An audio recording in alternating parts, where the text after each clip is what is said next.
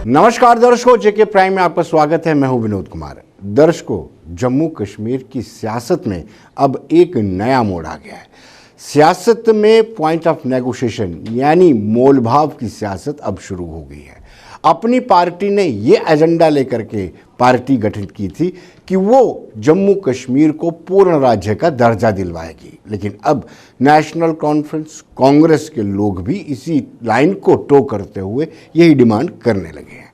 आपको बताते चले कि जब अपनी पार्टी का गठन हुआ और पार्टी के सदस्यों ने अल्ताफ बुखारी की अगुवाई में प्रधानमंत्री नरेंद्र मोदी और गृहमंत्री अमित शाह से अलग बैठक की थी, तो उन्होंने साफ कर दिया था कि वो पहली डिमांड स्टेटहुड की करेंगे। जो सदियों पुरानी एक स्टेट का दर्जा जम्मू कश्मीर को था, एक ही स्ट्रोक में 5 अगस्त को केंद्र सरकार ने उसको केंद्र शासित प्रदेश बना दिया।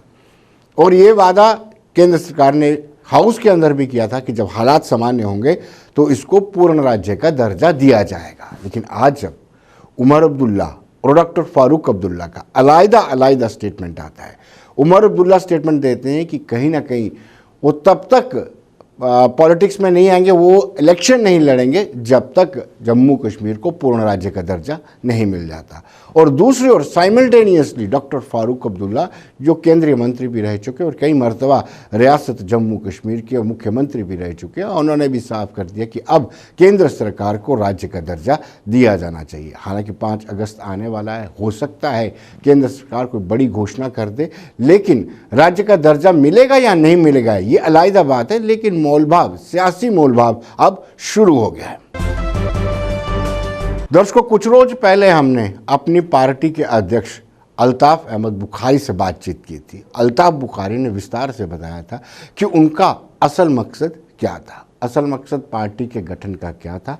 वो दोबारा से इस यूटी को राज्य का दर्जा दिलवाना चाहते हैं और पार्टी असल में जम्मू और कश्मीर के बीच में जो खाई बनी है उसके पुल के रूप में यह पार्टी काम करेगी। आइए देखते हैं। देखिए विनोद जी, मैं एक बात क्लियर करना चाहता हूँ। अपनी पार्टी एक इंडिजिनसली हम लोगों ने यहाँ बनाई। हम कुछ लाइक माइंडेड साथी जो पॉलिटिक्स में थे पहले मिले कि 5 अगस्त को जो हादसा हुआ, जिसकी हम सबको ये है कि हमें एक उसका दर्द तो दिल में है, लेकिन उस दर्द को लेके ही जीना नहीं है, आगे भी ज़िंदगी चलाना है। हम निकले कि लोगों के मसले मसाइल फिर भी हैं, उनके लिए कोई ना कोई हल देखना है। तो इसलिए पहले हम इंडिविजुअली मिले, फिर कलेक्टिवली मिले, फिर एक पार्टी बनाने की ज़रूरत पड़ी और हमने एक पार्टी बनाई, अपनी पार्टी। आपने देखा 8 मार्च को उसका गठन हुआ जी। मैं बड़ा खुश हूँ कि अच्छे लोगों ने, जिनका जो मंजे हुए सियासतदान भी हैं और लोगों के खिदमतगार भी हैं, वो हमारे साथ मिले। 15 और 16 मार्च को हम वज़ीर आज़म और होम मिनिस्टर से मिले। इसलिए मिले क्योंकि जम्मू कश्मीर का मसला इतना बड़ा है कि इसका हल श्रीनगर और जम्मू में ही नहीं है, इसका हल दिल्ली से निकलता है जी। वहाँ से मिलने के बाद हम 18 तारीख को यहाँ आए थे, लेकिन उसी दिन लॉकडाउन करके पॉलिटिकल एक्टिविटीज़ बंद की गई। मेरे ऑफिस का इनाग्रेशन यहाँ हमें करना था ताकि लोगों को लगे कि ये जमात जो सामने आई है ये कश्मीरी जमात नहीं है, जम्मू कश्मीर की जमात है जी। क्यों विनोद जी, आज कौन सा विवाद का मसला है जम्मू और कश्मीर के? 72 साल में सियासतदानों ने विवाद पे ही सियासत की। उन्होंने कश्मीरियों के जम्मू के ख़िलाफ़ लड़ा है और जम्मू वालों को कश्मीर के ख़िलाफ़ लड़ा है। आज के दिन में जम्मू के लोग चाहते हैं कि रियासत वापस आ जाए। आज के दिन में जम्मू के लोग चाहते हैं नौकरियों का तहफ़्फ़ुज़ हो, ज़मीनों का तहफ़्फ़ुज़ हो, डेवलपमेंट हो। आज के दिन में कश्मीर के लोग भी यही चाहते हैं। रियासत आपने बिल्कुल दुरुस्त फरमाया, वज़ा फरमाया, क्योंकि जम्मू हो या कश्मीर हो, स्टेटहुड सभी के सभी लोग चाहते हैं कि राज्य का पूर्ण दर्जा मिले। बिल्कुल। हम आपके मुंह से, हमारे दर्शक आपके मुंह से सुनना चाहते हैं, जब फर्स्ट मीटिंग पीएम के साथ हुई थी या यूं कहिए कि गृह मंत्री अमित शाह के साथ हुई थी, कैसा रिस्पांस था उनका कि आपको स्टेटहुड मिल सकता है? कोई संभावना उन्होंने व्यक्त की थी? देखिए, अगर संभावना हमें नहीं लगती तो हम आगे नहीं बढ़े होते। मैं आपको बड़ी खुल के बात कहूँगा, हमारा तो कोर एजेंडा है ये। अपनी पार्टी का कोर एजेंडा है statehood, domicile on lands protection and job protection. हम तो कोर एजेंडा से कभी नहीं मुकरेंगे, और हमने कोई चांद और तारे नहीं दिखाए, हम कोई इमोशनल सियासत नहीं कह रहे, ये तो हमारा हक है। हम तो सबसे पुरानी रियासत थी, राइट। और वजीर आजम हिंद और home minister floor of the parliament पे वादा बंद है। मुझे तो उम्मीद है 5 अगस्त को 1 साल होने जा रहा है, हमें वापस मिलना चाहिए जी। हमें क्यों नहीं देंगे? 1 साल का रीऑर्गेनाइजेशन एक्ट था जी। जो तो आपके साथ बातचीत हुई उसका क्या क्रक्स क्या निकाला जाए? बातचीत जो हुई, देखिए मैं बताऊंगा, बातचीत में हमने काफ़ी सारे पॉइंट्स उठाए, और ये तो सर फेहरिस्त था। हमें एश्योर किया गया कि ये तो हम वादा बंद है, वापस करेंगे। हाँ, टाइम लिमिट कोई नहीं हमें बताया गया, लेकिन हमें भी ये मालूम है कि सियासत में टाइम लिमिट्स पहले फिक्स नहीं किए जाते हैं।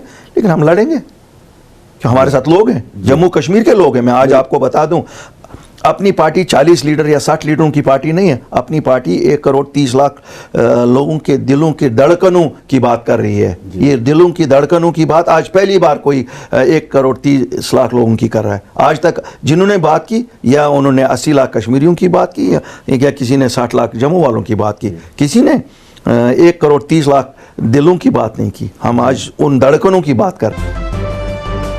दर्शकों, हमने कांग्रेस पार्टी के chief spokes person Ravindra Sharma से बातचीत की, और रविंद्र शर्मा ने विस्तार से बताया। उनका भी ये तर्क है कि बहुत पुरानी रियासत है इस रियासत को। उनका ये कहना है कि हमने यूटी को रियासत बनते देखा हुआ, लेकिन रियासत को यूटी बनाया जाना ये इनजस्टिस है। इस नाइंसाफ़ी के लिए अगर कोई आवाज़ उठाता है तो सब उसको मानना पड़ेगा। यानी उन्होंने उमर अब्दुल्ला की इस डिमांड को पूर्णतः सही ठहराया है कि जो कह रहे हैं कि जब तक वो यूटी से राज्य का दर्जा नहीं मिलेगा, जम्मू कश्मीर को राज्य का दर्जा नहीं मिलेगा, तब वो इलेक्शन नहीं लड़ेंगे। यानी ये कहना है रविंद्र शर्मा का। देखिए, उमर अब्दुल्ला साहब ने जिस भाव में बात कही है, वो मैं समझता हूँ कि वो सबकी भावना है कि जम्मू कश्मीर को डाउनग्रेड करके, डिवाइड करके यूटी बनाना, ये किसने मांग की थी और कौन पसंद करता है? मैं नहीं समझता कि कोई एक भी सेंसिबल आदमी इस चीज़ की सपोर्ट करता है कि आप एक बड़ी बनाई 200 साल की स्टेट को डिवाइड करके, तोड़ फोड़ करके आप उसको यूनियन टेरिटरी में डाउनग्रेड कर दो। आपने लोगों को डिसएम्पावर कर दिया। इसलिए उनके वो सेंटिमेंट्स वो जायज़ हो, सबके सेंटिमेंट्स के स्टेट को बहाल करना चाहिए, फौरी तौर बहाल करना चाहिए। कांग्रेस पार्टी ने पार्लियामेंट के अंदर और पार्लियामेंट के बाद उसी वक्त ये कहा था कि आप जो कर रहे हैं ये आर्बिट्रेरी है, कि आपने जम्मू कश्मीर के लोगों के साथ खिलवाड़ किया, कि एकदम से उनकी पहचान खत्म कर दी, हमारी आइडेंटिटी, कल्चर और हिस्टोरिकल स्टेट को तोड़ फोड़ करके यूटी बनाना, ये किसने स्वागत नहीं किया इस चीज़ का। और इसलिए हमने बार बार ये मांग की, उस वक्त भी की, कि फौरी तौर पे स्टेट को बहाल किया जाए। हमारे यहाँ पे इंचार्ज जनरल सेक्रेटरी आई अंबिका सोनी जी, उन्होंने प्रेस कॉन्फ्रेंस करके कहा कि अगर लोग खुश हैं तो स्टेट जो है वो आप चुनाव कराइए। और हमने आज भी कहा है, कलाम नबी आज़ाद साहब प्रधानमंत्री जी से मिले, उन्होंने ये कहा कि आप स्टेट को बहाल करिए और चुनाव कराइए। हम तो चुनाव के हक में हैं, चुनाव के लिए माहौल तैयार करिए। देखिए, कांग्रेस पार्टी तो हमेशा चुनाव में हिस्सा लेती है, लेकिन हमारी मांग यह है कि आपने जम्मू कश्मीर के इतिहास को, जम्मू कश्मीर की पहचान को, जम्मू कश्मीर की कल्चर को, जम्मू कश्मीर के लोगों के अधिकारों को बिल्कुल खत्म कर दिया है और ब्यूरोक्रेटिक स्टाइल में आपने दे दिया उन लोगों के पास। इसलिए इसके खिलाफ हर आदमी का रिजेंटमेंट है, फौरी तौर पर स्टेट को बहाल किया जाए। और कांग्रेस पार्टी हमेशा चुनाव में हिस्सा लेती है। बाकी उमर साहब की जो भावना है उसकी कदर करते हुए, बाकी उनका फैसला अपना है, वो उनकी पार्टी का, उनकी बात जो है वो नेशनल कॉन्फ्रेंस बता सकती है। लेकिन हमने ये कहा है कि आप जल्द व जल्द चुनाव कराइए, लेकिन उससे पहले स्टेट को पूरी तरह से बहाल कीजिए और वो दर्जे दीजिए, स्टेट को अधिकार दीजिए। ये हमारी मांग। हालांकि बलवंत सिंह मनकोटिया जो प्रेसिडेंट हैं नेशनल पैंथर्स पार्टी के, उनका भी ये मानना है कि ये ठीक है, इसको जम्मू कश्मीर केंद्र शासित प्रदेश को राज्य का दर्जा मिलना चाहिए। लेकिन ये तर्क देना कि जब तक राज्य का दर्जा नहीं मिलेगा पॉलिटिक्स में नहीं आएंगे, इलेक्शन नहीं लड़ेंगे, उन्होंने कहा है कि ऐसे पावरफुल पार्टी को आप किसी पावरफुल सरकार को एक नया मौका देंगे। हमें हर एक, उनका ये तर्क है कि हमें हर एक जितनी भी डेमोक्रेटिक गतिविधियां हैं उनमें पार्टिसिपेट करना चाहिए, जितनी भी रिकॉग्नाइज पार्टी हैं, कोई भी इलेक्शन होता है उसमें पार्टिसिपेट करना चाहिए। इस तरह से पीछे रह करके आप दूसरे जमातों को पूरा मौका देंगे कि वो आप पर और या जम्मू कश्मीर के लोगों पर और यातनाएं दे सकें। जैसा कि सब जानते हैं कि पिछले साल 5 अगस्त को जम्मू कश्मीर राज्य को यूटी का दर्जा दिया गया और उस यूटी का दर्जा मिलने के बाद करीब करीब सभी इंडिविजुअल कहें, पॉलिटिकल पार्टीज़ कहें लीडर्स कहें, सभी को इस बात की नाराज़गी है कि हमारी स्टेट्स को आखिर यूटी का दर्जा क्यों दिया। तो कल का एक ये देख रहे हैं सोशल मीडिया में कि एक फार्मर जो मुख्यमंत्री हैं यहाँ के उमर अब्दुल्ला, उन्होंने ये कहा कि जब तक यूटी का स्टेटस ख़त्म नहीं होगा, स्टेट का दर्जा बहाल नहीं होगा, तब तक हमारी पॉलिटिकल पार्टी जो है इलेक्शन कंटेस्ट नहीं करेगी। तो हम ये कहना चाहेंगे कि पॉलिटिकल पार्टीज़ अगर सरेंडर कर लेंगी इस लोकतांत्रिक ढांचे में पावर वाली पार्टी के आगे, तो सिस्टम चलने वाला नहीं है। तो इसका एक तरह से ये भी कह सकते हैं कि हम बेनिफिट दे रहे हैं जो पावर वाली पार्टी को कि वो पूरा बेनिफिट ले। तो इसलिए हमें मैं ये कहना चाहूँगा कि इस मौके पे हम सब की जिम्मेदारी बनती है, और ख़ासकर जम्मू कश्मीर की जितनी भी रिकॉग्नाइज पॉलिटिकल पार्टीज़ हैं, हमारी जिम्मेदारी बनती है कि लोकतांत्रिक तरीके से अपनी बात को उठाएं। और अगर हम बैक ट्रैक करें तो इससे सरकार जो है अपनी मनमर्जी और करेगी और लोग और ज़्यादा लोगों को असुविधा होगी। तो इसलिए हम कहना चाहेंगे कि सभी रिकॉग्नाइज पॉलिटिकल पार्टीज़ को चाहिए कि लोकतांत्रिक ढांचे की मर्यादा को रखते हुए कि हमें हर लोकतांत्रिक सिस्टम के अंदर पार्टिसिपेट करना है और मजबूती से अपनी बात को उठाना है और मजबूती से हम सरकार तक पहुंचाएं, ताकि हम आने वाले समय में अल्टीमेट अपनी जो स्टेट को वापस ले सकें। तो इसमें बैक ट्रैक करने की गुंजाइश नहीं है। युद्धवीर सेठी जो भारतीय जनता पार्टी के बड़े नेता हैं, उनका ये कहना है कि ये डबल स्टैंडर्ड है। डॉक्टर फारूक अब्दुल्ला कोई स्टेटमेंट देते हैं और उमर अब्दुल्ला कोई स्टेटमेंट देते हैं। हालांकि आपको बताते चले कि डॉक्टर फारूक अब्दुल्ला पर पहले भी इस तरह के आरोप लगते रहे कि वो जम्मू में भी अलग स्टेटमेंट देते हैं, कश्मीर में भी अलग स्टेटमेंट देते हैं और दिल्ली में केंद्र सरकार के साथ बातचीत करते हैं तो उसका लिहाजा ही अलहदा होता है। और शायद यही आरोप आज बीजेपी के लोग भी लगा रहे हैं। उमर अब्दुल्ला जी का इस बात का लेख आना कि पूर्ण दर्जा अगर जम्मू कश्मीर को मिलेगा तो वो इलेक्शन में भाग लेंगे, पर दूसरी तरफ फारूक अब्दुल्ला जी का बयान आना कि इसका फैसला तो हमारी पार्टी लेगी, इलेक्शन में भाग लेना या नहीं लेना, ये ड्यूल बयान आना एक ही परिवार से और एक ही पार्टी के कदबार नेताओं से, इसका मतलब आज भी ये लोग जम्मू कश्मीर के लोगों को बेवकूफ बनाने का काम कर रहे हैं। दूसरा, इस बात के संकेत पहले भी दिए जा चुके हैं लोकसभा के अंदर कि हालात अनुकूल होने पर जम्मू कश्मीर को राज्य का दर्जा दिया जाएगा। तो किस बात की ये राजनीति की जा रही है? दर्शकों, अब हम बात करेंगे कांग्रेस की। कांग्रेस को कहीं ना कहीं रिंग रोड हो या टोल प्लाजा हो, इससे ऑक्सीजन मिल जाता है। हालांकि आज जो उनकी काल थी वो देशव्यापी राष्ट्रव्यापी काल थी और सेफ डेमोक्रेसी को लेकर के उन्होंने भारतीय जनता पार्टी और केंद्र सरकार के खिलाफ प्रोटेस्ट किया। हर प्रोविंस में वो प्रोटेस्ट था। जम्मू में कांग्रेस मुख्यालय जो शहीदी चौक स्थित है, उस मुख्यालय के बाहर कांग्रेस के नेताओं ने जोरदार तरीके से प्रदर्शन किया और उनका ये कहना था कि केंद्र सरकार इस वक्त जो भारतीय जनता पार्टी की अगुवाई वाली एनडीए सरकार केंद्र में है, वो डेमोक्रेसी को कुचलना चाहती है, वो संविधान के साथ खिलवाड़ कर रही है। तो लिहाजा अगर संविधान और डेमोक्रेसी को बचाना है तो इनके खिलाफ एकजुट होना होगा। हमने जी अमीर से बातचीत की और उसके बाद रमन भल्ला क्या कहते हैं वो भी हम आपको बताते हैं। जमहूरियत का कत्ल बंद करो, बंद करो। संविधान बचाओ, देश बचाओ। लोकतंत्र बचाओ, देश बचाओ। लोकतंत्र बचाओ, देश बचाओ। लोकतंत्र बचाओ, देश बचाओ। दुनिया सरकारों को गिराना बंद करो, बंद करो, बंद करो। दुनिया सरकारों को गिराना बंद करो, बंद करो, सरकारों को गिराना बंद करो, बंद करो, बंद करो। दुनिया सरकारों को गिराना बंद करो, बंद करो, बंद करो, बंद करो। जमहूरियत का कत्ल बंद करो, बंद करो। जमहूरियत का कत्ल बंद करो, बंद करो।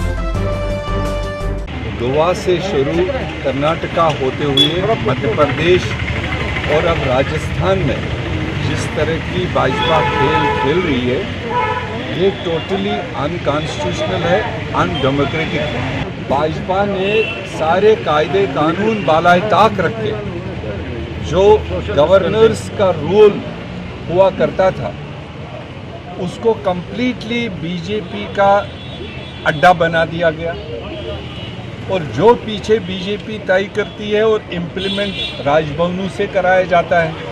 कि जिस ढंग से भाजपा ने जो नीति यहाँ पे अपनाई है, जितने भी डेमोक्रेटिक इंस्टीट्यूशन है उसको बुलडोज करने की कोशिश की गई है।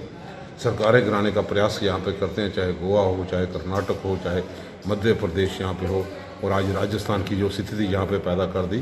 कांग्रेस दो तरफा लड़ाई यहाँ पे लड़ रही है।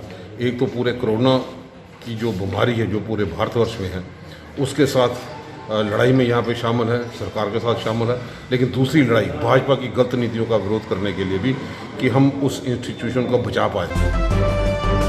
दर्शकों, यूटी लद्दाख में भी प्रोटेस्ट हुआ।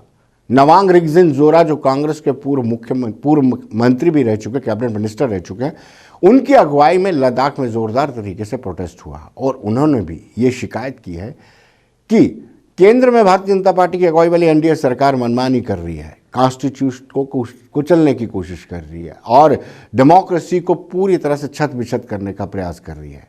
उन्होंने हवाला दिया कर्नाटका हो, मध्य प्रदेश सरकार हो, कहीं ना कहीं डेमोक्रेसी को कुचलने की कोशिश की जा रही है और अब राजस्थान की बारी। आइए देखते क्या कहना है। 70 साल में लोगों ने मेहनत करके एस्टेब्लिश किया है, उसको कुचला जा रहा है। उसके अगेंस्ट हम लोग ये प्रोटेस्ट कर रहे हैं। मध्य प्रदेश में जबकि चाहिए था उस टाइम पे प्राइम मिनिस्टर और गवर्नमेंट को कोविड से लड़े, कोविड से लड़ना तो छोड़, वो बिजी थे मध्य प्रदेश की गवर्नमेंट को डिस्टेबलाइज करने में। आज जब कि आपका कोविड का आंकड़ा पिछली अगर 48 घंटे का देखिए 80,000 से ऊपर है, बजाय इसके कि सारे एकजुट होके कोविड से लड़े, कोशिश की जा रही है राजस्थान का जो इलेक्टेड गवर्नमेंट है उसको डिस्टेबलाइज करने का। और हैरानी की बात यह है उसके लिए यूज किया जा रहा है आपका गवर्नर के ऑफिस को। Governor is the constitutional head, उनका जिम्मा है कॉन्स्टिट्यूशन को बचाना। यहां गवर्नर को यूज किया जा रहा है कॉन्स्टिट्यूशनल वैल्यूज को आपका स्कटल करने के लिए, जो डेमोक्रेटिक नॉर्म्स है उसको आपको स्कटल करने के लिए गवर्नर को यूज किया जा रहा है। 2 बार राजस्थान का काउंसिल ऑफ मिनिस्टर्स ने मीटिंग करके, कैबिनेट मीटिंग करके गवर्नर को एडवाइस किया है कि आप असेंबली बुलाओ। Governor is bound by the aid and advice of the council of ministers. यहां हैरानी की बात यह है गवर्नर कहता मैं नहीं बुलाऊंगा।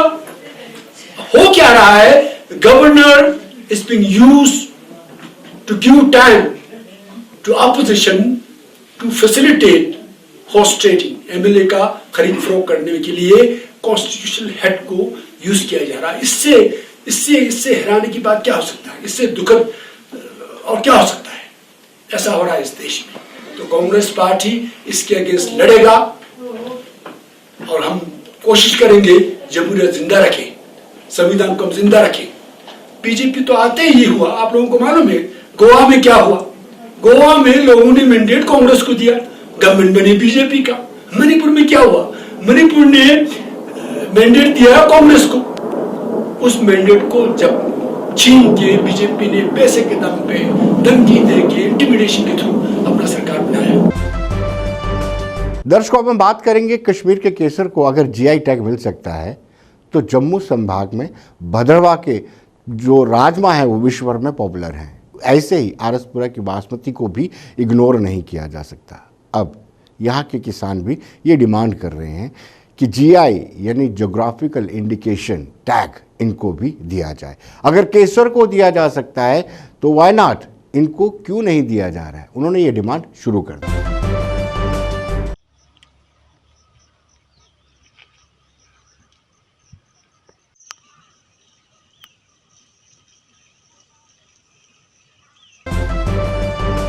देखिए, जैसे सेंट्रल गवर्नमेंट ने इस श्रीनगर डिवीज़न में हमारे जीआई टैग दिया है सैफरन को, वैसे हमारे यहाँ पे भद्रवाह में एक फसल उगती है राजमा, जो पूरे इंडिया में मशहूर है। ऐसी राजमा हर जगह उगती है, लेकिन जैसी राजमा भद्रवाह के अंदर उगती है ऐसी राजमा पूरे इंडिया के अंदर कहीं नहीं उगती है। ये एक बहुत फेमस है और हर जगह के लोग इसको खाना पसंद करते हैं, लेते हैं, ख़रीदारी भी बहुत होती है राजमा की। तो जैसे जीआई टैग सैफरन को मिला है तो गवर्नमेंट को हमारे साथ भी ये नाइंसाफ़ी वाली बात है। जो भी चीज़ होती है वो श्रीनगर को मिलती है, जो भी वो होता है वो सब श्रीनगर चला जाता है, जम्मू डिवीज़न को कोई पूछता नहीं है। यहाँ भी बहुत सारे इलाके ऐसे हैं, बहुत सारी चीज़ें यहाँ पे ऐसी हैं जिनको आइडेंटिफिकेशन मिलनी चाहिए। जैसे हमारी बहुत सारी फसलें ऐसी हैं जो जीआई टैग के लिए अच्छी हैं और गवर्नमेंट को उनके बारे में सोचना भी चाहिए। दर्शकों, भद्रवाह के कुछ किसानों से हमने बातचीत की, कुछ व्यापारियों से बातचीत की, तो उनका ये साफ कहना है कि अगर कश्मीर के केसर को जीआई टैग मिल सकता है तो भद्रवाह के राजमा जो बहुत पॉपुलर है और विश्व भर में माने जाते हैं, जो लोग राजमा खाता है उसकी निगाह ये रहती है कि भद्रवाह के राजमा होने चाहिए। इन राजमा को क्यों नहीं जीआई टैग लगा करके, टैग का रुतबा दे करके इनको भी बढ़ावा दिया जाए, इनकी भी प्रोडक्शन को बढ़ावा मिले और मार्केटिंग भी मिले। जैसे कि कल सुनने में आया है कि कश्मीर में जो जीआई टैग दे दिया गया है, क्योंकि वहाँ की जो केसर की फसल है वो बहुत मशहूर है। लेकिन हम ये बताना चाहते हैं कि अगर वहाँ पे जो केसर की फसल मशहूर है तो हमारे यहाँ भद्रवाह में जो देसी राजमा है वो पूरे हिंदुस्तान में बल्कि पूरे दुनिया में बहुत मशहूर है। तो हमारे भी यहाँ होना चाहिए, क्योंकि हमारे ये यहाँ पे जो राजमा की फसल है वो साल में एक बारी जो है वो बनती है। जैसे अभी हमने ये राजमा लगाए हैं अपने खेत में, अब ये जो फसल है कम से कम सितंबर और अक्टूबर महीने में ये तैयार हो जाएगी, लेकिन इसकी जो मार्केट वैल्यू है वो डाउन रहती है। तो हम चाहते हैं कि जैसे जीआई टैग श्रीनगर कश्मीर के लिए दिया गया है वहाँ हमारे इधर भद्रवाह के लिए भी हो, ताकि हमारी जो राजमा की फसल है तो उसका जो हमें मतलब कि कास्ट है, जो उसका प्राइस है, मार्केट वैल्यू, तो वो ज़्यादा से ज़्यादा बढ़े और हम किसान भाइयों को जो है उसका फ़ायदा हो। दर्शकों, बार बार ये सौतेला व्यवहार जम्मू खित्ते के साथ किया जाता है, ये बार बार बात उठती रही है, लेकिन इस बार ये किसान कह रहे हैं कि इस बार भी उनके साथ सौतेला ही व्यवहार हुआ है। उनका ये आरोप है कि कश्मीर को सरकार बड़ी तरजीह देती है, लेकिन जम्मू वाले लोग ऐसे ही नाउम्मीद होते रहते हैं।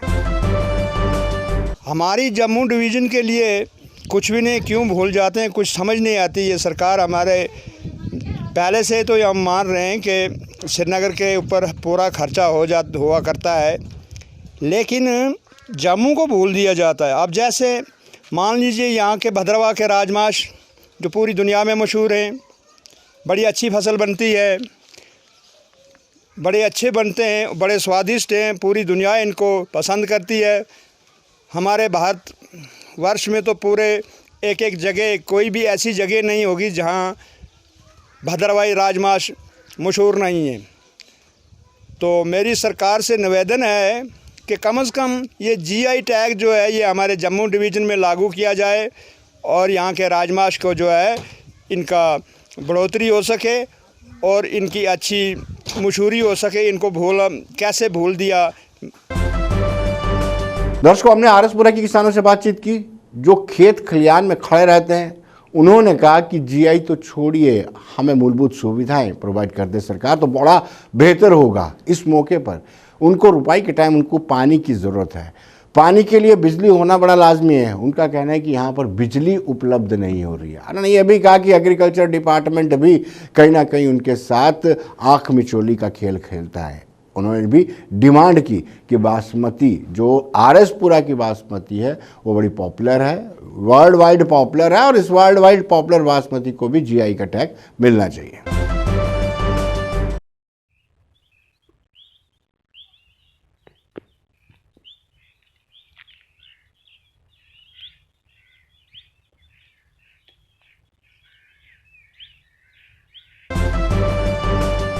इस टाइम ਜਿਹੜੀ किसानों की क्रॉप लग रही है बासमती की, एक तो पहले लॉकडाउन की वजह से लेबर नहीं आई, 1000 रुपया कनाल के हिसाब पर असी लेबर लगा के तो लगाई दी है। ये साड़ा क्लस्टर दे विच है बासमती जैविक खेती लिए, तो सानू कोई भी सुविधा नहीं है किसानों नूं। ये तको अज 10 दिन हो गए ट्रांसफार्म सड़े दे, नहर इत्थे नहीं आती, मुंजी साड़ी बिल्कुल सड़े कर दी है, क्योंकि सारी जमा पूंजी ला के तो असी मुंजी लगाई है। अज साड़ी बिल्कुल फसल तबाह हो चुकी है। साढ़े को इदू इलावा कोई साधन नहीं है। मोदी साहब कहता कि 2022 तक किसानों की आमदन दूनी करांगे, ये दूनी छोड़ के साढ़े को पल्ले है वो भी नहीं रह रहे। तो साड़ी गौरमेंट अगे ही और रिक्वेस्ट है गवर्नर साहब अगे कि जो साढ़ा ट्रांसफार्म सड़े दा ये पहला नंबर लवान और लास्ट बार्डर तक नहर जरूर पुजे। मुलाजम पता नहीं कितने सुते दा, कुलियां तो नहर टुट जाती, कुलियां तो अगे है ही नहीं है। तो उधर भगवान भी साढ़े पर मेहरबान है नहीं है कि बारिश भी नहीं होगी पई। हमारे को एक भी फैसिलिटी नहीं मिल रही, ना तो हमें पानी है, ना बिजली आ रही है कि हम पंप सेट चला सकें।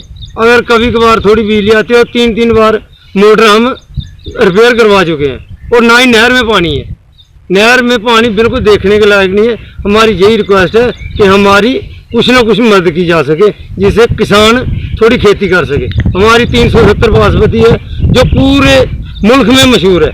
आरएसपुरा की बासमती 370 पूरे मुल्क में मशहूर है, लेकिन हम उसका उत्पादन तभी कर सकेंगे अगर हमारे पास पानी होगा। दर्शकों, पाकिस्तान ने एक मरतबा फिर आईबी पर सीज फायर का उल्लंघन किया है। एलओसी पर लगातार करते आ रहा है, लेकिन पाकिस्तान ने आईबी पर सीज फायर का उल्लंघन किया और आईबी पर हीरानगर सेक्टर में देर रात 10 बजे से गोले दागे और सुबह 4 बजे तक ये गोलेबारी चलती रही। लोगों में दहशत थी, लोगों के घरों तक ये फायरिंग के जो गोलियां हैं उन घरों तक पहुंच रही थी, बारूद की गंध उनके तक पहुंच रही थी। ये सिलसिला काफ़ी देर तक चलता रहा, लेकिन पाक अपनी नापाक हरकतों से बाज नहीं आएगा। हिंदुस्तान ने, भारत ने हमेशा ही पाकिस्तान को अपना पड़ोसी समझा है और ये बयान भी वक्तन वक्तन दिया है कि दोस्त दुश्मन बदले जा सकते हैं, पड़ोसी नहीं बदले जा सकते। लेकिन पाकिस्तान की नीयत पर संदेह हमेशा ही है और हमेशा रहेगा। ठीक है ना? कितने बजे ये राती कोई 12 बजे, राती 12 बजे इतने बजी उदे बाद रिको जेट हुई है, गोली इधर गई, ये जाली फटी है लगी दी है। देखो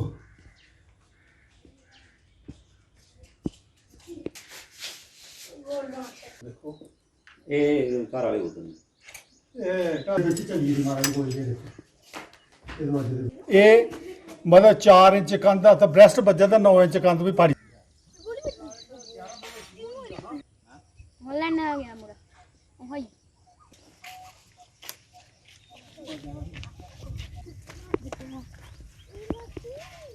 कितने बजे ना लगी थी?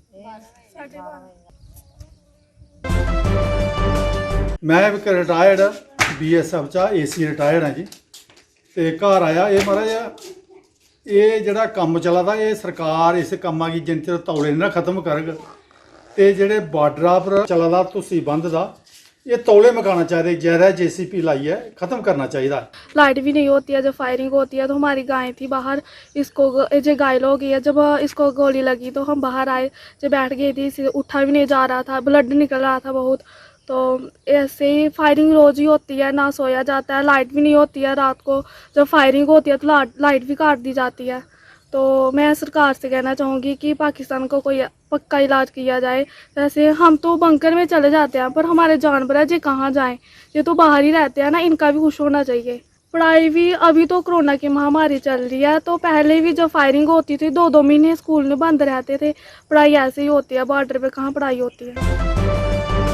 तो दर्शकों, बने रहिए देश दुनिया की खबरों के लिए और मुझे दीजिए इजाजत। नमस्कार।